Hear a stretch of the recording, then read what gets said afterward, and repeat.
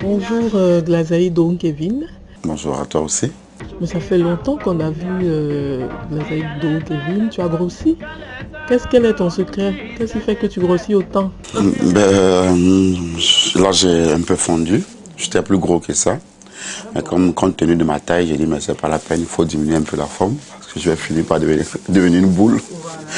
Voilà, j'ai pris un peu de poids, c'est dû au fait que j'ai changé un peu de climat, j'ai changé d'alimentation, j'ai changé, donc il y a tout un changement autour qui fait que... Bon, oui. On ne mange plus les plats bas Oui, les plats bas se mangent, mais je veux dire qu'à un degré moindre maintenant. Voilà. Je les ai en outil, c'est obsèque. Et les autres, on dit funérailles. Il n'y a choqué bamba, il n'y a choqué bamba. Où est-ce que Kevin se cache? Je suis là, je suis ici, je suis partout, voilà.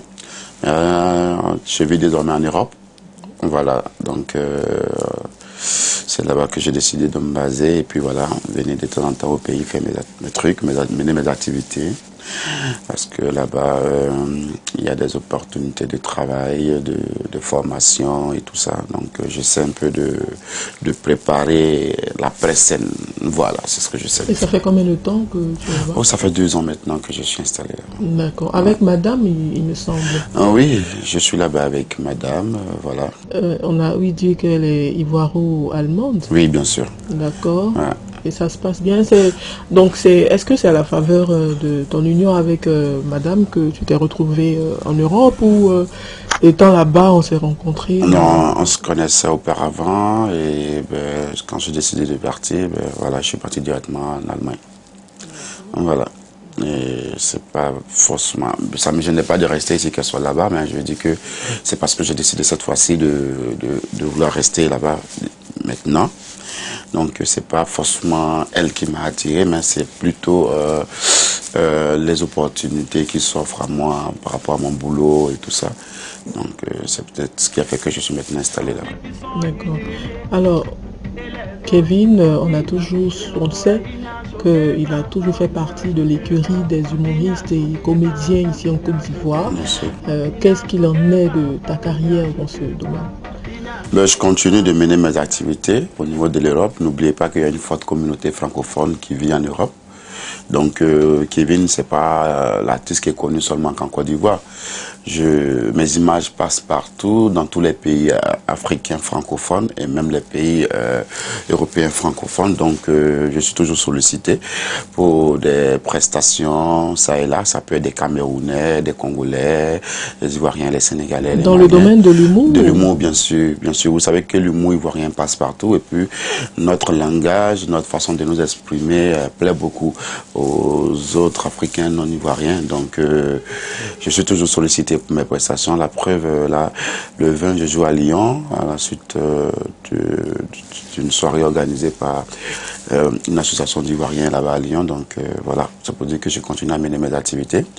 C'est vrai que j'ai beaucoup servi au niveau de mon pays ici. Aujourd'hui, j'ai décidé d'aller faire valoir un peu mon talent ailleurs.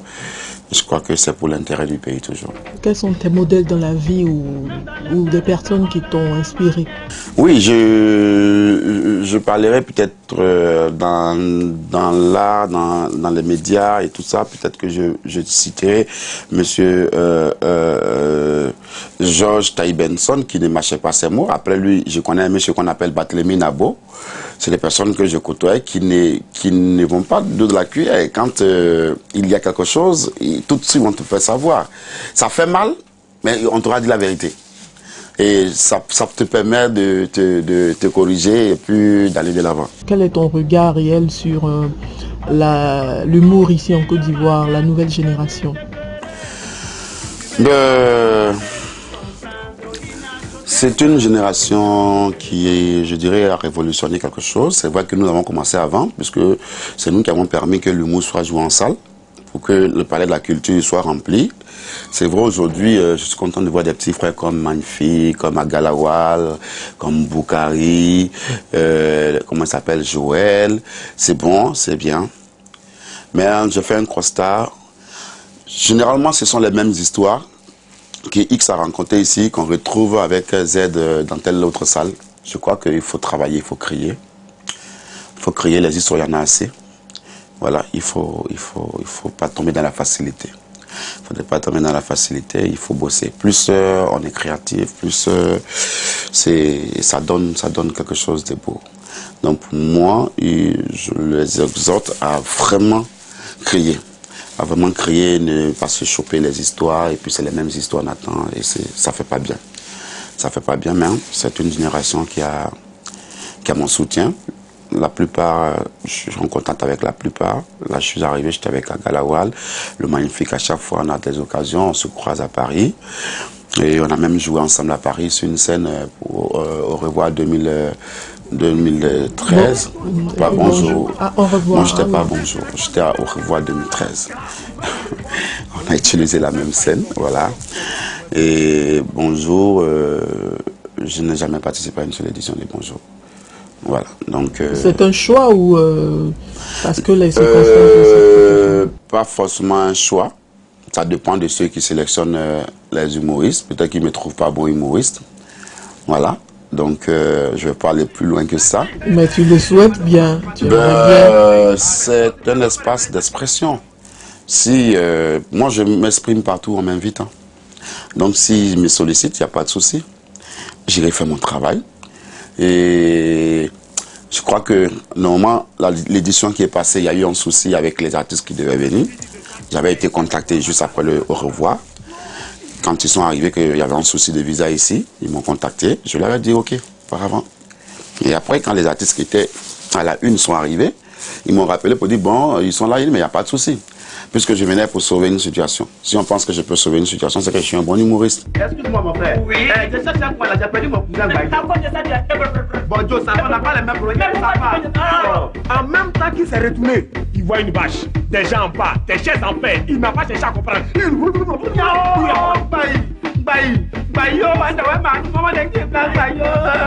Mais c'est pas de la Zaïque là-bas. C'est quoi? C'est quoi? Il a déjà enterré. Qui ça? Mais tu n'es pas au courant? Non. Mais tu partais où alors? Je partais acheter mon garde-pain. Mais il y a tout le funérail de Baïdor. Oh, funérail de Baïdor là. C'est pas ici. Et puis en plus, c'est pas aujourd'hui. Ouais, c'est demain. Donc tout ce qui est fait là, c'est cadeau. T'es blessé cadeau. Tu vas recommencer le scénario demain. Alors, Glazaïdo, Kevin, côté homme marié, comment ça se passe?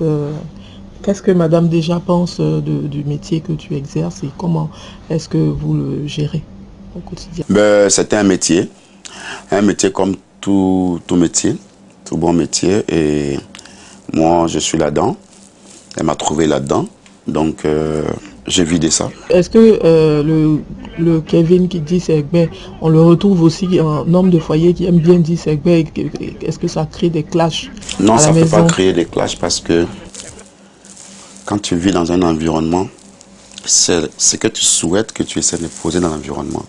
Je veux que, quand Kevin, en tant que père de famille, pose un acte qui n'est pas responsable, que sa compagne puisse lui dire, ben écoute, tu viens de faire quelque chose qui met en péril peut-être les intérêts de la famille et tout ça. Kevin, autant, peut en faire aussi vers sa compagne, voilà. C'est ce que moi je dis. Donc, c'est mon environnement, je veux que ce soit ça, moi j'ai été éduqué là-dedans, et c'est ce que j'inculque aussi à mes enfants. Et combien d'enfants tu as? Kevin, il faut le dire maintenant, il a 5 enfants. Papa Poule, je privilégie toujours l'intérêt de la famille, et je fais en sorte que les enfants se retrouvent dans de meilleures conditions. Et quand j'arrive pas à le faire, je suis vraiment emmerdé parce que je dis qu'ils n'ont pas choisi à venir au monde, pour que je leur apporte toute mon assistance, pour montrer qu'ils ont un père. Voilà. Quels sont tes hobbies en dehors du monde de l'art?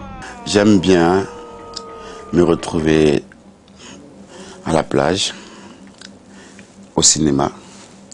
Voilà. Parce que quand tu es dans une salle de cinéma, tu te projettes dans un autre monde. À la plage, tu as le temps de réfléchir quand tu regardes les vagues, de penser à beaucoup de choses. Voilà. En dehors de là, je suis déjà un homme de showbiz. Donc, je ne dirais pas que j'aime les bars ou les boîtes de nuit parce que je suis déjà dans ce monde. Donc, je préfère prendre le contraire carrément. Voilà. Pour l'homme marié que tu es, pour l'homme direct que tu es, comment est-ce que tu apprécies le fait, par exemple, je suppose, pour un homme public, il se fait beaucoup draguer. Comment est-ce que tu apprécies ça? Comment est-ce que tu abordes ça? Pour moi, c'est le coût de la vie normale. Autant un homme peut draguer une femme, autant une femme peut draguer un homme. Voilà. Pour moi, quand ça arrive, parfois, je m'arrange à ne pas vexer la personne. Parce que j'ai l'impression que quand une femme fait des approches que l'homme n'est pas consentant, ça vexe plus la femme. Alors avec les hommes, c'est plus relax. Quand c'est un homme qui va vers une femme, que la femme refuse, c'est plus relax. Donc je m'arrange pour ne pas blesser. Pour ne pas blesser la personne, quand je sais déjà quelles sont les intentions qu'elle a et tout ça. Je fais en sorte qu'elle ne soit pas blessée. Voilà.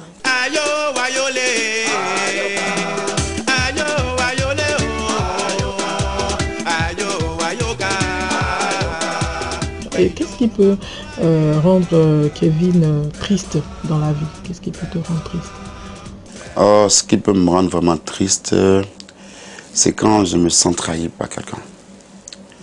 Quand je me sens trahi par quelqu'un parce que, vous voyez, je dis que j'aime dire les choses telles qu'elles sont. Donc, je mets très vite ma confiance. Quand je croise quelqu'un, je lui donne à 100% ma confiance parce que je ne connais pas sa moralité.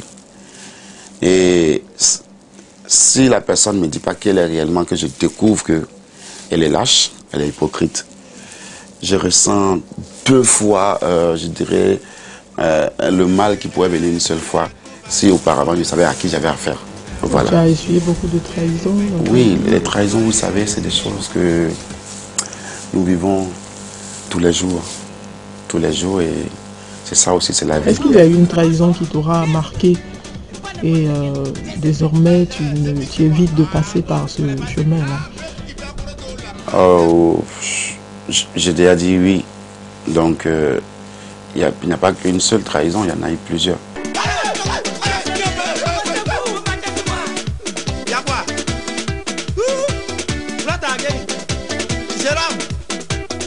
Mais ils sont allés où? Le cimetière se vida.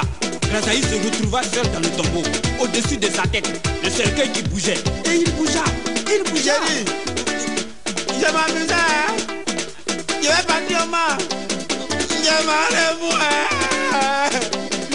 Blazaïdo Kevin est revenu en Côte d'Ivoire. Je présume que c'est pour faire la promotion de son nouveau single. À cause de toi, on ne peut plus faire bisous. À cause de toi, plus d'accolade. À cause de toi, nos maquis sont fermés. À cause de toi, je se salue maintenant avec plein d'œil. Alors, qu'est-ce qui a inspiré ce single-là, on va dire? Oui, c'est... Pourquoi ça? Pourquoi chanter sur ça et pas autre chose? Oui, quand on veut faire de la musique, c'est ça aussi. Il y a l'actualité aussi qui nous intéresse. Aujourd'hui, il y a un fléau qui est en train de détruire. Pour moi, c'est inadmissible. Et aujourd'hui, c'est l'Afrique de l'Ouest qui est touchée réellement par ce virus qu'on appelle Ebola. Hein?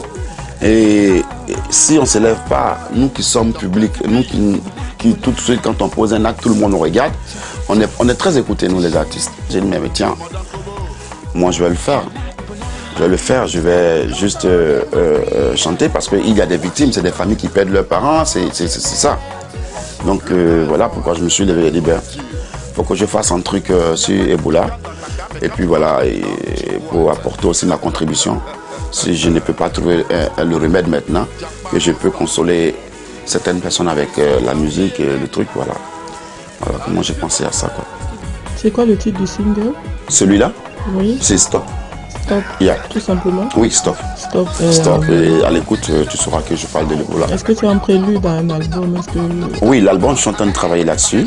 On peut retrouver le Kevin humoriste dans la chanson. Dans le single? Dans le single. Ouais, j'envoie juste quelques phrases, quelques pics qui juste permettront aux gens de se détendre. Et puis, l'aspect est plus mis sur la musique et puis voilà le message qu'on veut véhiculer, quoi. Pourquoi tu fais ça? Comment peux-tu nous bomber? Comment peux-tu nous bomber? Pourquoi tu fais ça? Comment peux-tu nous bomber? Est-ce que Kevin a un dernier message à lancer ou un dernier mot? C'est de dire à mes fans que tout va bien. Je vais bien, voilà. Voilà, ça a été difficile un moment, mais aujourd'hui, Dieu merci, les choses sont rentrées dans l'ordre et tout ça, voilà pour moi. Ok, d'accord, voilà. Merci beaucoup. Donc, à vous, merci aussi. Frankie Paco. Kevin est arrivé.